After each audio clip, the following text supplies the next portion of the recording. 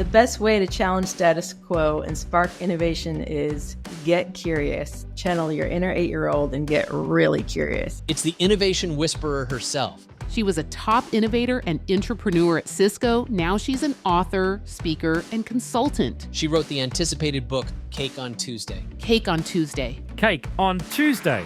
The most critical trait every innovative leader needs to cultivate is being quiet and listening to your people. Today we have Elizabeth Bieniek, an innovator and entrepreneur who spent 17 years at Cisco, making waves with her bold ideas and strategic thinking. She's been featured in Forbes, Inc., and Tech Times. And now she's bringing her insight to us. Biggest mistake companies make when trying to innovate is... So, Elizabeth, welcome to the show. In a world where business won't grow until leaders grow, the opportunity for they themselves to innovate, how can innovation act as a catalyst for personal and business transformation? Well, innovation is all about traveling in the uncharted waters, and it's impossible to do that without learning more about yourself than you probably want to know in the process, because you are literally learning on the job every day as you go. And your background in innovation, it causes people to actually sometimes feel threatened.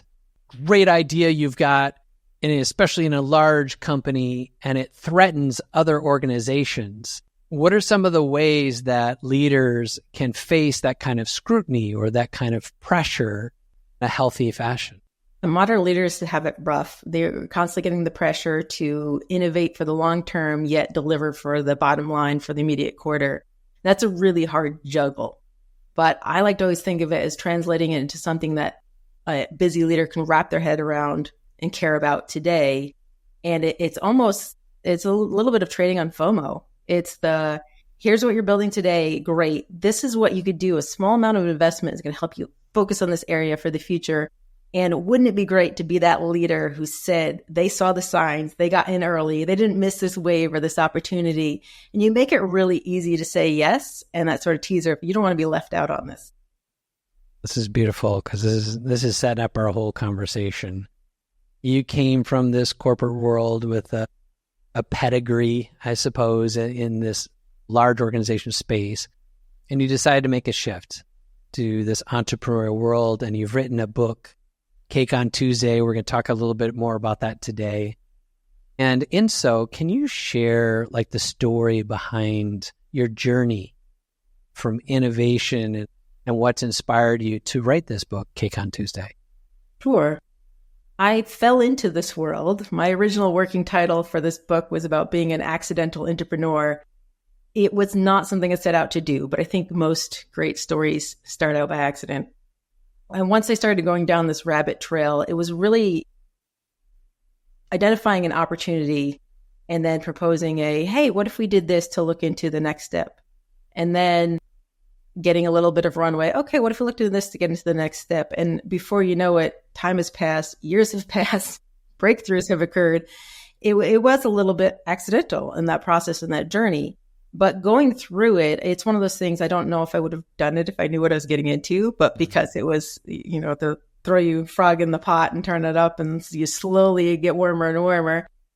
After several years and finally creating a very innovative project and product inside of a big corporation that wasn't really known for innovation, I learned a lot of things the hard way and realizing after the fact, man, this is gold. This could really help somebody else who maybe wants to do this and doesn't find themselves falling into it. Do it a little faster, a little quicker, with a little less friction or resistance. And maybe I can take all of those lessons that I've learned, the good, the bad, and the ugly, and just package it up in something that somebody could read in a 4-hour flight and say, geez, this is going to help me avoid some pitfalls. That's really was the impetus for Cake on Tuesdays. There was just so many learnings from that journey that didn't have a roadmap that I thought maybe I could help create a roadmap for somebody else. Well, and this roadmap you're writing for people in innovation, and they can be in large corporations like Cisco, where you came from, or they could also be a nonprofit. They could be startup. They can be in just, even solopreneur, because the truths that are in this book kind of cross all those barriers. I want to start off with just the title, Cake on Tuesday. Like, this is supposed to be a business book, Elizabeth. What is the meaning behind Cake on Tuesday? Who doesn't love cake? I wanted to do something a little bit different because everything about my journey was different and unique. But my book is broken down into 5 sections, and the first couple are on starting. Then the third one is about adding oil and reducing friction.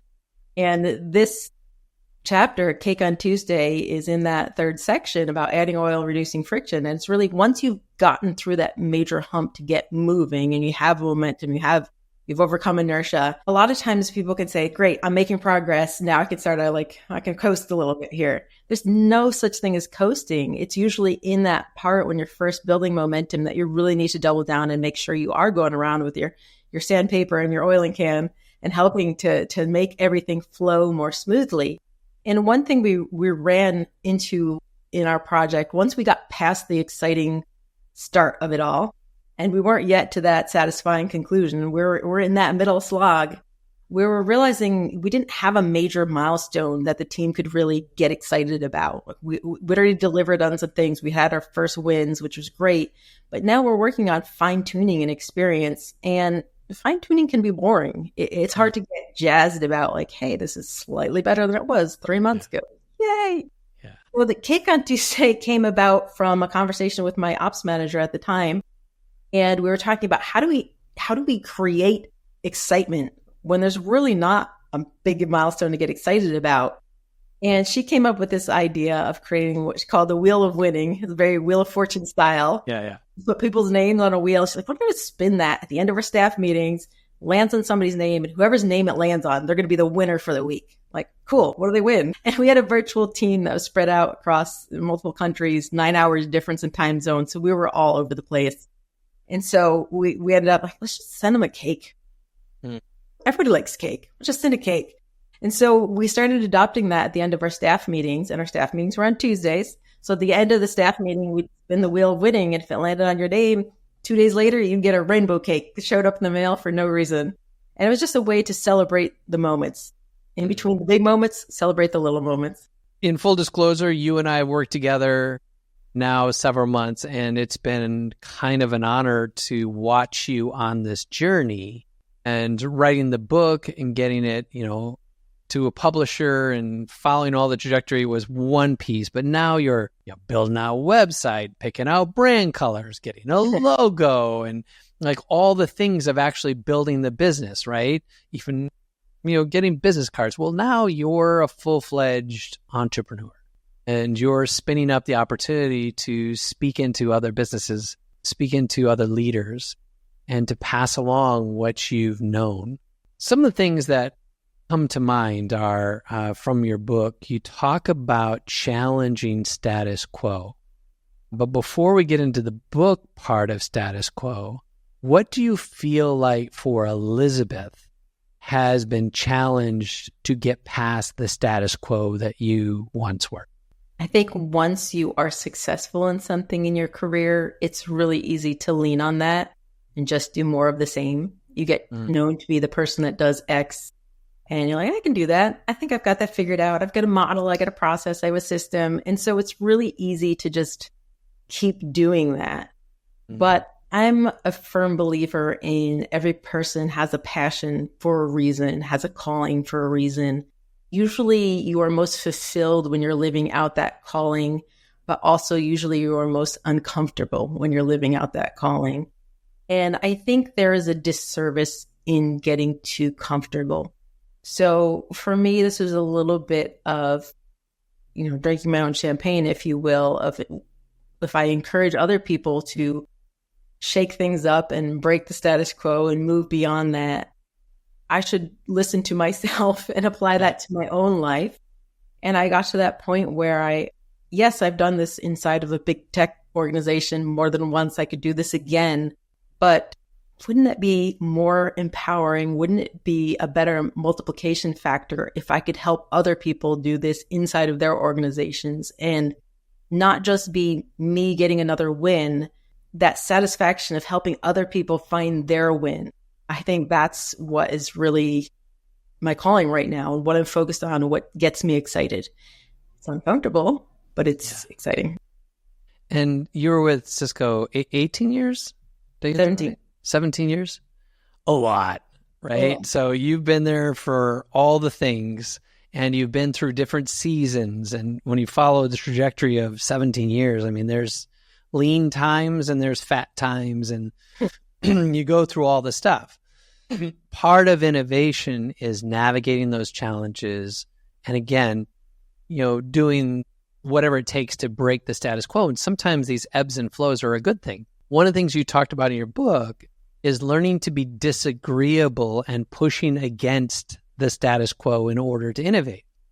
So how can leaders balance with that, like maintaining harmony within a team or within, the people they're responsible for, and yet at the same time pushing against the status quo, calling a spade, speaking truth, etc.? Yeah. You can be disagreeable without being a jerk, we'll say, to keep it PC in terminology. I think a lot of times people think they have to be a yes person or agree with their manager, and make sure they're towing the company line, breathing out all the mission statements, whatever the case is.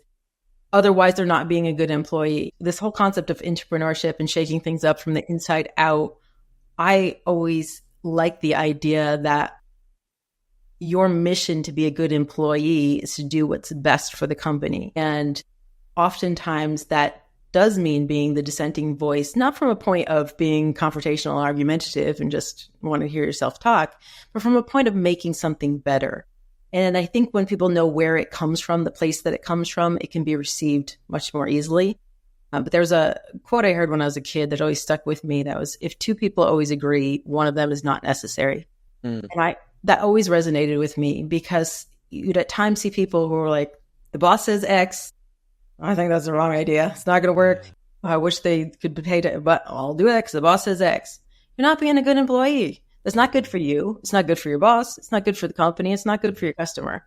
So I think realizing that disagreement it helps any idea become better when you have dissenting opinions. So when somebody throws out something and you have a valid reason to challenge it or offer a different perspective, or you've seen something different that could add more weight to that situation, like, it's on you to bring that up. You need to. That's part of being a good employee. It's part of being part of a corporation. It's part of bringing something useful to the world. I always have someone on my team who is a challenger, because a challenger will call BS. I can throw an idea at him yeah, that sucks. And I don't take it personally anymore. I used to, but now I'm oh, thank God somebody gave a real valuable opinion. And it doesn't mean one way or the other. It just means, okay, now I have some data. I can look at this differently. It caused me to step back and reassess. You also talk about big, bold ideas. And you mentioned finding the angel in the marble. How can entrepreneurs chisel through their own self-limiting beliefs to unlock that bigger, crazier, more ambitious idea that they may have percolating? Keep it simple, stupid. I think simplicity is a huge part of that, because so much goes wrong in those first stages. You really have to, from the very beginning, keep it super, super, super simple. It has to be a very clear minimum viable offer. It has to be something that you can sell and pitch to your sponsors, to your team that's building it, that you can explain to your customers. And part of seeing the angel in the marble, you're carving away everything that is not the angel. And I quote Greg McKeown a couple times, I think, in my book, who wrote the book Essentialism. I think it's a great book that really talks about the disciplined pursuit of less, I believe is the subtitle. And I always thought that was great phraseology, because it is a disciplined pursuit to make things less, to make things more simple, to carve away the excess. And especially when you're talking about innovation, you're talking about ideas that time hopefully has not yet come. And so you're ahead of the curve. So it is a little fringe. It's a little out there. It's a little new. It's something that people aren't going to hear that idea and be like, oh yeah, I got this. You're helping walk them through an innovation journey of, this is why this could be amazing.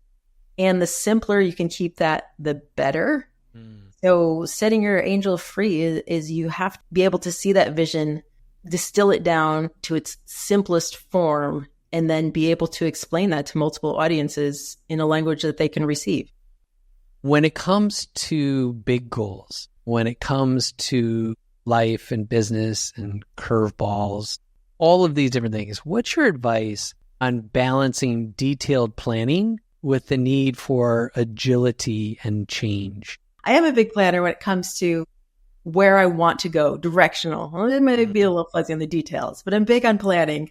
Yeah. But I honestly don't think anything in my entire life has ever gone according to a plan that I set out. It doesn't work that way. That's not how life works. And I don't think those two concepts are in any kind of conflict. You always need to have a directional plan. Otherwise, you're just drifting along. If you're not trying to get somewhere, you don't have a goal, you don't have a vision, you don't have a purpose. So you always need a plan. But life is full of curveballs, but it's also full of fantastic opportunities that only arise as you are partway down the path. And if you're not open to those, you're going to be so stuck in your rigid plan, you're going to miss the fact that there's something even more amazing that you didn't even discover until you're already underway. So live by both of those. Have a plan. Life won't go according to it, but that's okay. You adjust, adapt, new plan, and you keep moving forward. It keeps things interesting. You emphasize in this plan, you have processes and culture, and you like to build those early on as quickly as you can with your teams. How can high-performing entrepreneurs, organizations, large companies, how can they ensure that their culture is set for long-term growth and innovation, even when you're starting in the beginning? It's like, how do you build for the vision? Right from the get-go, you have to be mindful of the people that you're adding in, what their approach is, their style, and can they embrace the culture that you're trying to create?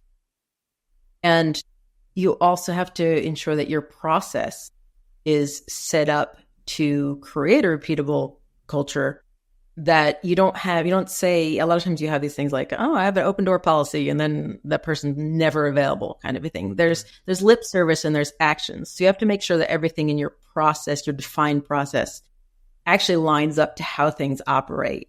Don't have something to say, all ideas are welcome, and then start your meeting with, all right, I want to hear your ideas, but I think we should do, you just shut down all the good ideas in the room. You have to make sure that the process that you live lines up to the process that you define. And so those are very important right from the get-go, because people pick up pretty quick about what the actual operating method is in an organization. But the other part of that is once you've set it up, is it's not a set and forget. And I think that's where a lot of people go wrong, is they look at culture as like, hey, we defined the culture in our operating model, or in my interview process, we talked about culture and they were a good culture fit, and like, done. You're not done. Culture is constantly changing. Your relationship amongst you and your teammates is a dynamic living thing. It's just like any other relationship in your life. I mean, if you have a partner and you don't constantly focus on and invest in that relationship, you're probably not going to be around for the long term. It's not going to stay the same as it was the day you first got together. You're constantly investing in it. In a work relationship, a team relationship, a corporate culture, it's no different. You're constantly investing in the relationships. You're listening to them. You're fine-tuning your processes based on the feedback you're getting, and you're adapting as people adjust, adopt, change. Things are always dynamic. So continuing to focus on your culture as a living thing, I think, is very important to keep it healthy for the long run. There's an element where the teams have this leader, like you said, if they come in and give a process of, hey, we want to hear all the good ideas, but here's my idea type of thing, right? When you want to drive success and the leader seems to be getting in their own way, how do you help them remove themselves from being the potential roadblock while still maintaining influence? 3 words: shut your mouth. Those are probably the biggest things, honestly. I find very often, say American culture in general, we're uncomfortable with silence. And I think when you get in a corporate setting where everybody's trying to constantly measure up and prove themselves and we're even more uncomfortable with silence. So if you're a leader trying to set a tone, there's this sort of unseen pressure of like, you always got to be talking. You got to be the first one out there with the ideas. You got to lay the ground rules. You got to do that. Just shut up. If you've actually hired smart, capable people, then let them be smart, capable people. And most of the times those ideas will come out as you are quiet and invite those ideas out. And again, your actions need to follow up with that. You can't say, hey, I want to hear some ideas and be quiet, listen to an idea and then cut it to pieces in front of everybody. I mean, you just shot yourself in the foot. So you do have to create the environment where, okay, great. That's a great idea. My first thought is this challenge. What do you think about that? How do we address that? And then it becomes a dialogue and you're together. It's you and them against the problem, not a who's got the best idea and who's going to get the best brownie points with the boss here. It becomes much more of a collaboration and a brainstorming. And that's when the really good ideas come out. But to get to those, you have to be quiet. You have to let it get a little awkward, that quiet. Yeah. And for someone like myself, that's hard to do. I want to say something like opinions about this stuff. And you're absolutely right. Because even in that silence, that's when people under that discomfort will throw out more ideas, will throw out a perspective that they otherwise wouldn't have said, but the discomfort drove them to open their mouth and share their mind. And suddenly we're like, epiphany, that's a great idea. Love that strategy. So a leader that's dealing with a lot of these pressures, navigating culture, shutting their mouths, doing these aspects, there's a large percentage of people who are either on their way to burnout or already functioning in their burnout and just are likely in denial. Can you tap into some of the habits or routines that leaders need to be mindful of applying in and amongst that kind of trap they set themselves up for?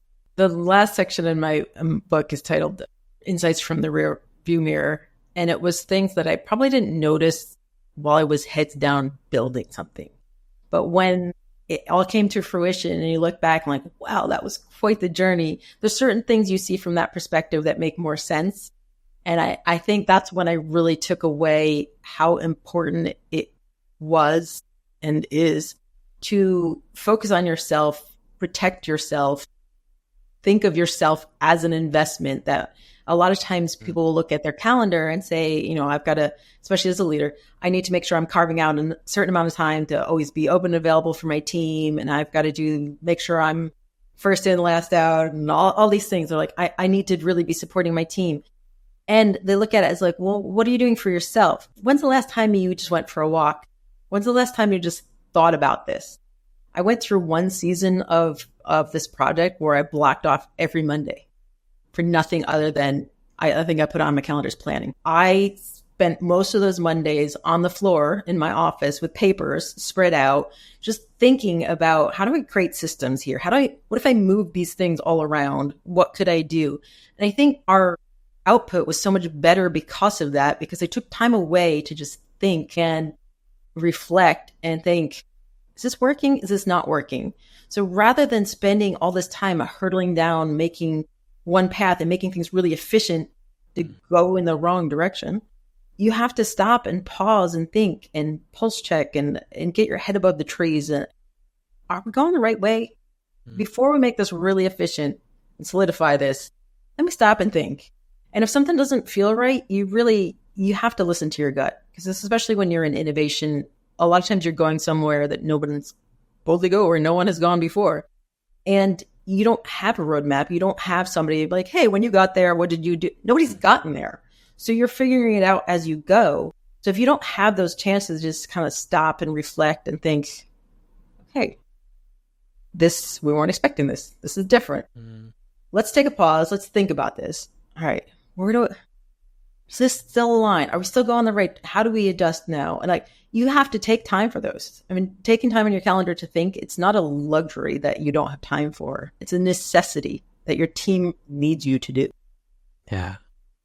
What is one thing looking back at your career, and don't come at me with like every part of it was teaching me a lesson. No, okay, I know. But if you could go back and do something differently, What is one thing that you would go back and say, Elizabeth, rethink this?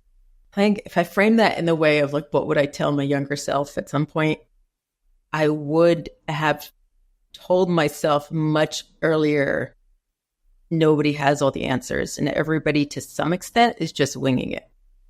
I think I went a goodish bit into my career thinking like, oh, there's experts in some areas. They just know all the shit.